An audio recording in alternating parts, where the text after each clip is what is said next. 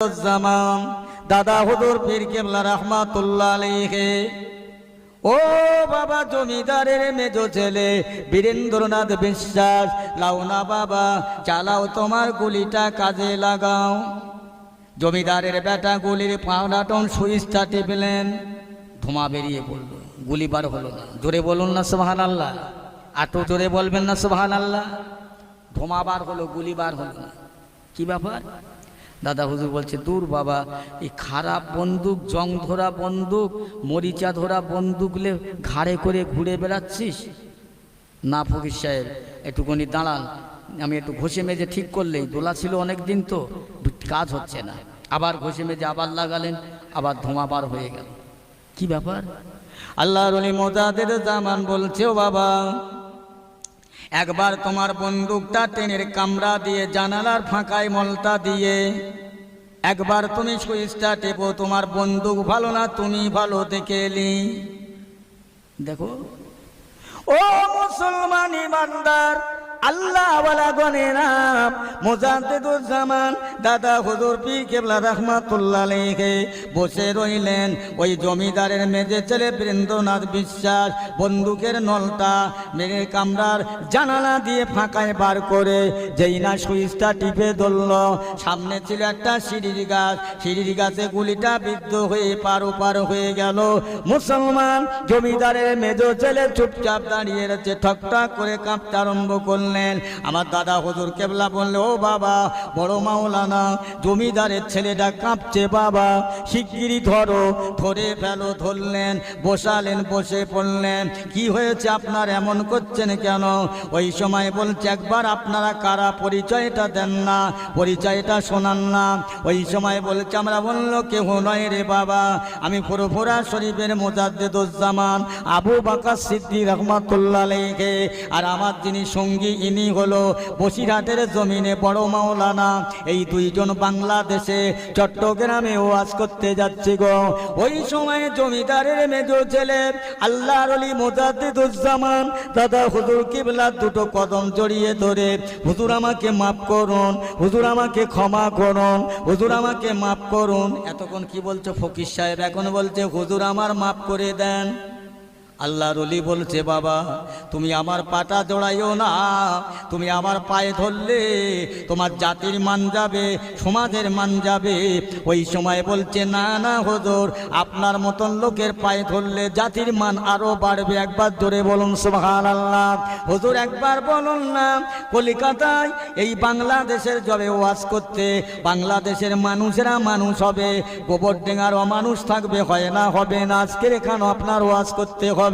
হুজুর বললেন, না বাবা, এখানে আজকে ওয়াজ করব না, বাংলাদেশে আমার দাওয়াত লেও 1 বছর আগে, আমি ওখানে যাব, ওয়াজ করব। হুজুর আপনি যান, তবে একটা কথা শুনুন, আমাকে একটা ডেট দেন, কবে আসবেন, জলসা করবেন। আল্লাহর ওলি বলছেন, বাবা এই বছরে হলো না, আগামী বছরে কার্তিক মাসে আমি আসবো। আল্লাহর ওলি কথা দিলেন, লিখে দিলেন, দাওয়াত নিলেন। ওই জায়গায় হুজুর ওয়াজ করলেন, এত জোরে হুজুর ওয়াজ করলেন, এত লোক সংখ্যা হলো। ওই জলসার মধ্যে কত মানুষ আল্লাহর ওলি মোজাদ্দেদুল জামান দাদা হুজুর পীর কেবলার ওয়াজ শুনে কেউ না বাবা বেহুশ হয়ে যায়, কেউ আহত হয়ে যায়, কেউ মারা যায়। জলসার ভেতর থেকে লাশগুলো পার করে মাটি দিতে হলো। হাজার হাজার মুসলমান সেদিন দাদা হুজুর কেবলার হাতে হাত থেকে মুসলমান হয়ে গেলেন। জোরে বলুন সুবহানাল্লাহ। চিন্তা করে, আল্লাহর হয়ে গেলে আল্লাহ বলছে, আমার হয়ে যা, দুনিয়ার যা আছে সব তোর তাবে হয়ে যাবে, সব তোর তাবে। বাংলাদেশে হুজুর ওয়াজ করতে যাবেন, বাংলাদেশের লোকেরা যুক্তি করলেন, কোথাকার লোকের, নোয়াখালীর লোকেরা চিন্তা করেন, ওরে ভারতবর্ষের জমিন, হুগলি জেলা থেকে পীর সাহেব আসবে, পীর বাবা আসবে, কেমন পীর যাচাই করব? কি করে যাচাই করবে? বলছে, একটা ছেলেকে কাপন পরিয়ে গোসল করিয়ে খাটিয়ায় করে রেখে দাও, আর হুজুর যখন এখানে আসবে আর আমরা বলবো এই আমাদের একটা মাইয়েত হয়েছে, জানাজাটা পড়ে দেন, দেখি উনি কেমন পীর বাবা, জিন্দা মানুষের জানাজা পড়ে না মোরা মানুষের জানাজা পড়ে, দেখবো। হুজুর আসলেন, সব রেডি, মানুষেরা কাতার দিয়ে দাঁড়িয়ে আছে। হুজুর হুজুর একটু দাঁড়াবেন। কেন বাবা? হুজুর আমাদের একটা মাইয়েত হয়েছে, একটু জানাজাটা পড়ে দেন। হুজুর বলছে না বাবা, আপনি এখানকার মাইয়েতের এখানকার ইমাম সাহেবের হক দায়িত্ব উনিই পড়বে।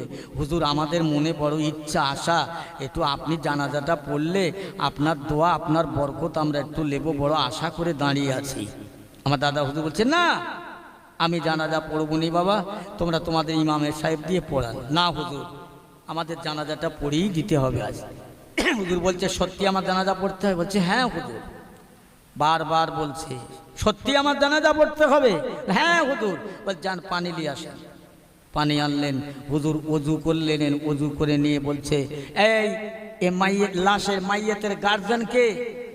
একজন এসে বলছে হুজুর আমারই একটাই ছেলে মাত্র, আর নেই, আব্বা বলার হুজুর দুনিয়া থেকে চলে গেছে, একটু দোয়া করেন জানাজা পড়িয়ে দেন।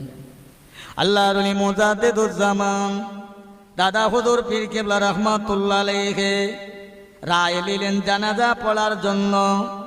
জানাজা নিয়ত হয়ে গেল, মুসল্লিরা দাঁড়িয়ে গেল, সবাই নামাজ পড়লেন। হুজুর সালাম ফিরালেন, সালাম ফিরিয়ে আবার হুজুর গাড়িতে উঠলেন।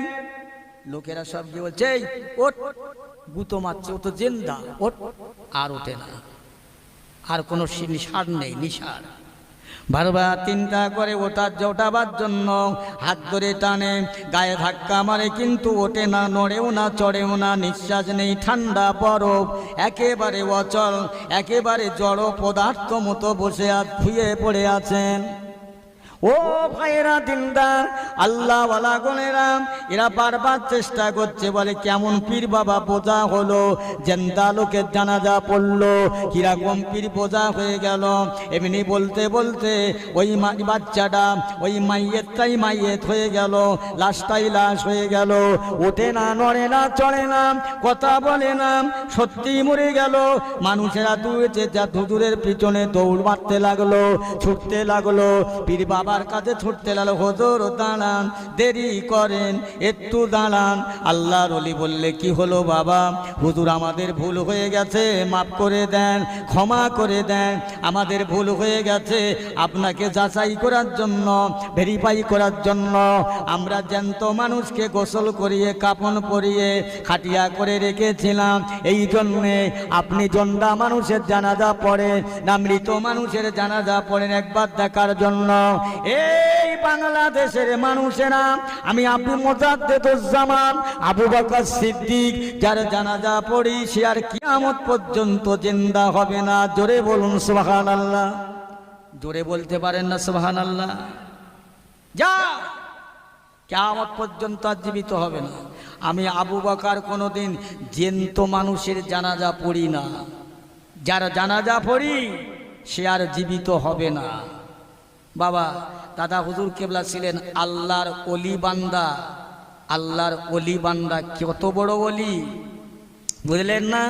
ডক্টর শহীদুল্লাহ সাহেব, যিনি 18 ভাষা নেমে পাস, ভাষাবীর মানুষ, বুঝলেন, তিনি একটা পীরের দরবারে গেলেন, গিয়ে বলছেন হুজুর আমি বায়াত হব, মুরিদ হব।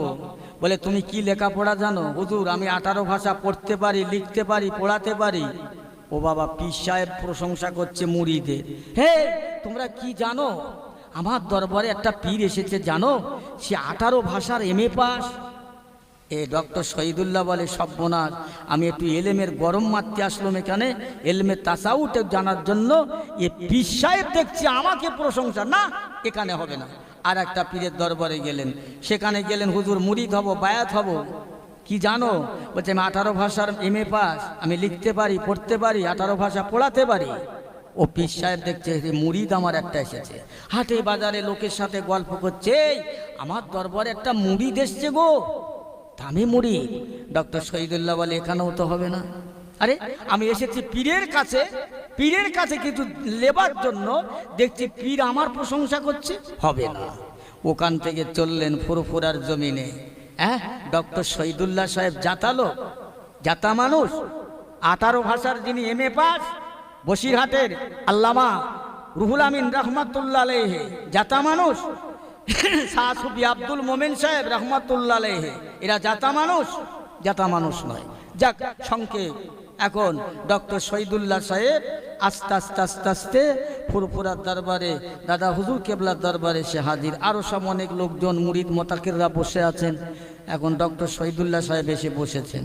হুজুর বাড়ির ভিতর থেকে ফাঁকা এসে বলছে, বাবা ডক্টর শহীদুল্লাহ, শুনেছি নাকি তুমি ভাষাবীর মানুষ, 18 ভাষায় MA পাস, কিন্তু তুমি এখন আদবি বসা বসতে পারলে না বাবা। জোরে বলেন না সুবহানাল্লাহ। তুমি আদবি বসা বসতে পারলে না, বেআদবি বসছো। তুমি কিসের 18 ভাষার MA পাস? ও ডক্টর শহীদুল্লাহ সাহেব, আমি পুরোপুরার মুজাদ্দেদুজ্জামান আবু বকর সিদ্দিক রহমাতুল্লাহ আলাইহি বলছি বাবা। ফুরফুরার আবু বকরের দরবারে আসলে বাবা আদবি বসা বসতে হয়, নবীর সুন্নতি বসা বসতে হয়, শরিয়াতি বসা বসতে হয়, ইসলামী বসা বসতে হয়, তবে না আবু বকরের দরবারে জায়গা আছে। যদি শরিয়াতি বসা না বসো, ইসলামী বসা না বসো, নবীর সুন্নতুল্লাহ ভাবি যদি বসা না বসো, আবু বকরের দরবারে তোমার স্থান নাই। যাও, আদব আছে আজকে।